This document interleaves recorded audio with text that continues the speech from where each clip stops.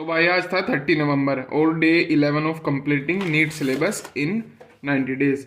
तो आज की मेरी टू डू लिस्ट इस तरह से थी, क्योंकि आज टेस्ट था, प्रैक्टिस टेस्ट पीडब्ल्यू का।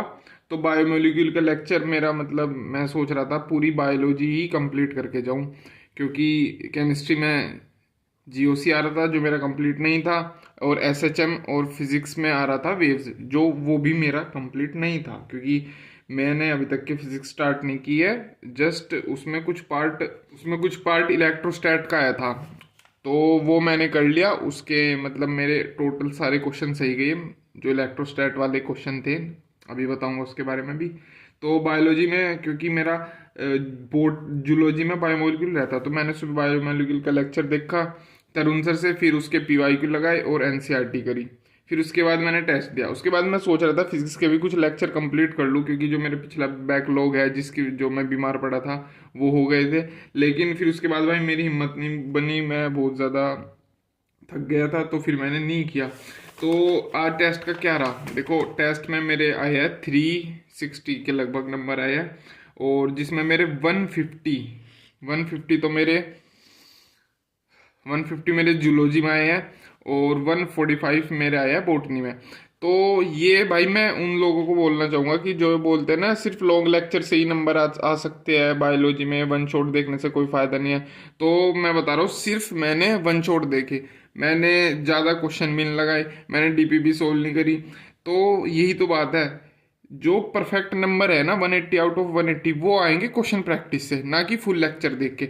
आपका अगर थोड़ा बहुत आपने पहले पढ़ रखा है तो वन शॉट से कंप्लीट करो, जो जिस भी टीचर से। देखो मैं तो तरुण सर से करता हूँ बॉटनी, और एमडी सर से जूलॉजी करता हूँ। आप जिस भी सर से करना चाहते हो वन शॉट से देखो, और उसके क्वेश्चन प्रैक्टिस करो, जो भी आपके पास बैच है उससे। और टेस्ट में मैं यहाँ पे डाल दूंगा पिक्चर टेस्ट की, उसमें भाई देखो केमिस्ट्री में मेरे पिछले साल का थोड़ा बहुत याद था जीओसी का, उसी के मैंने क्वेश्चन लगाए थे। इनकरेक्ट करेक्ट वगैरह इसको ध्यान से देख लेना। और फिजिक्स में जो है थोड़े बहुत क्वेश्चन मैंने किए हैं, ये वो इलेक्ट्रोस्टैट वाले पार्ट के किए हैं।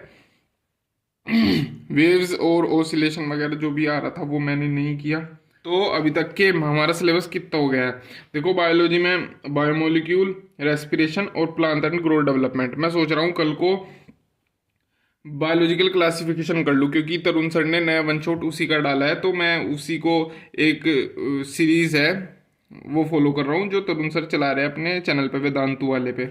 और अब अगले टेस्ट के हिसाब से मैं आगे की तैयारी करूंगा, उसमें जो जो सिलेबस आएगा, मेरे ख्याल से आईपीएससी आ रहा है ऑर्गेनिक में, तो बट वो तो देखेंगे जब सिलेबस पास आता है, तो मैं थोड़ा बहुत चेंज कर देते हैं, जितना कंप्लीट हुआ है जितना नहीं उसके हिसाब से। तो भाई जो पीडब्ल्यू का अगर तुम देख रहे हो, और अगर तुमने भी पीडब्ल्यू का टेस्ट दिया है, तो बताओ कि भाई तुम्हारा कैसा गया है, कितने मार्क्स आए हैं। ऑफकोर्स मेरे से तो ज़्यादा आए होंगे, मेरे 350 और 360 के लगभग मार्क्स है। और तुमने कितना सिलेबस कंप्लीट कर लिया अभी तक के अपना, और कितना सिलेबस करके तुम टेस्ट में गए थे। लिटरली मैं तो मुझे तो ऐसा लग रहा था कि भाई जो बोटनी और जूलॉजी के क्वेश्चन थे, मोस्टली नीट के हिसाब से थोड़े कम लेवल के थे, और एक दो क्वेश्चन कुछ इतने ज़्यादा थे, मतलब इतने ज़्यादा लेवल के थे। एक दो क्वेश्चन वो भी जूलॉजी में, और एक दो बोटनी में, जो मतलब लग रहा था भाई नीट के लेवल है। बाकी तो मुझे सब नॉर्मल ही लग रहा था।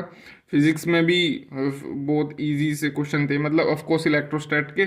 और जीओसी में भाई मेरे को कोई आइडिया नहीं है, क्योंकि काफ़ी दिन हो गए भाई चैप्टर पढ़े हुए। तो भाई इस वीडियो में इतना ही, मिलता है कल को। और मैं जितने भी ये मेरा सिलेबस है, जितने भी मेरे चैप्टर होते जाएंगे, मैं वो यहाँ पे टिक करता जाऊँगा।